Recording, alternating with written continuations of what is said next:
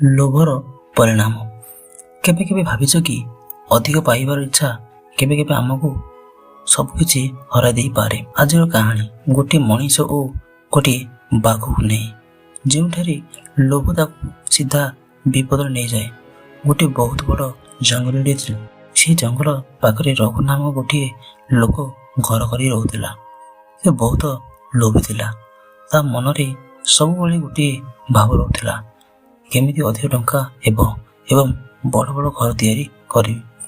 ଗୋଟିଏ ଦିନ ସେ ଶୁଣିଲା ଜଙ୍ଗଲରେ ଗୋଟିଏ ଭୟଙ୍କର ବାଘ ରହୁଛି, ଯାହାର ଚମଡ଼ା ବହୁତ ଦାମୀ ଏବଂ ସେ ଚମଡ଼ାକୁ ମାର୍କେଟରେ ବିକିଲେ ବହୁତ ଟଙ୍କା ମିଳେ। ରଘୁର ଆଖି ଲୋଭରେ ଚମକି ଉଠିଲା। ସେ ଭାବିଲା, ବାଘକୁ ଯଦି ମୁଁ ମାରିଦେବି ତାହେଲେ ମୁଁ ଗୋଟିଏ ଦିନରେ ଧନୀ ହୋଇଯିବି। ରଘୁ ଏହିସବୁ କଥା ଭାବି ଭାବି ସେ ଦିନଟି ବିତିଗଲା। ତା ପରଦିନ ସକାଳେ ତୁରନ୍ତ ତାର ଅସ୍ତ୍ରକୁ ନେଇ ଜଙ୍ଗଲକୁ ବାଘକୁ ଶିକାର କରିବା ପାଇଁ ବାହାରିଲା। ରଘୁ ଶିକାର କରିବା ପାଇଁ ଜଙ୍ଗଲକୁ ଭିତରକୁ ପଶିଗଲା। ଜଙ୍ଗଲ ଶାନ୍ତ ଥିଲା କିନ୍ତୁ ଭୟଙ୍କର ମଧ୍ୟ ଥିଲା। ହଠାତ୍ ସେ ଗୋଟିଏ ବଡ଼ ବାଘକୁ ଜଙ୍ଗଲ ଭିତରେ ଦେଖିଦେଲା। ତାର ହୃଦୟ ଜୋରରେ ଧଡ଼କିବାକୁ ଲାଗିଲା। ଲୋଭ ତାର ଭୟକୁ ଢାଙ୍କିଦେଲା।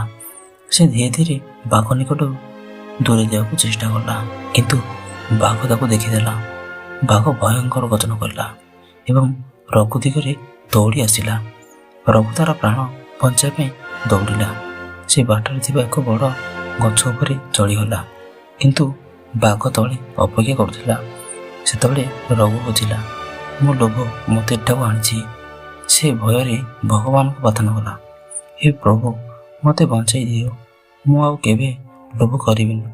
ଏହି କଥା ଭଗବାନଙ୍କୁ ବାରମ୍ବାର ପ୍ରାର୍ଥନା କଲା, କିନ୍ତୁ ସମୟ ପରେ ବାଘ ସେଠାରୁ ଚାଲିଗଲା। ରଘୁ ଧୀରେ ଧୀରେ ଗଛରୁ ଓହ୍ଲାଇ ସିଧା ଘରକୁ ଚାଲିଗଲା। ସେ ଜୀବନରେ ପ୍ରଥମ ପାଇଁ ସତ୍ୟ ଓ ଭୟ ଶିକ୍ଷା ଅନୁଭବ କଲା। ସେ ବୁଝିଲା, ମୋ ଲୋଭ ମୋତେ ଏଠାକୁ ଆଣିଛି। ସେହିଦିନ ଠାରୁ ରଘୁ ତାର ଅଭ୍ୟାସକୁ ବଦଳାଇ ଦେଲା। ସେ ଲୋଭ ଛାଡ଼ି ପରିଶ୍ରମ ଜୀବନ କଟାଇବାକୁ ଆରମ୍ଭ କଲା। ସେ ବୁଝିଲା, ଲୋଭ ସବୁବେଳେ ଲାଭ ନୁହେଁ, କେବେ କେବେ ବିପଦ ଆଣେ। ଆମ୍ଭେ ଏହି ଷ୍ଟୋରିରୁ ଶିଖିଲେ ଅଧିକ ପାଇବା ପାଇଁ ଲୋଭ ଆମକୁ ନଷ୍ଟ କରିପାରେ।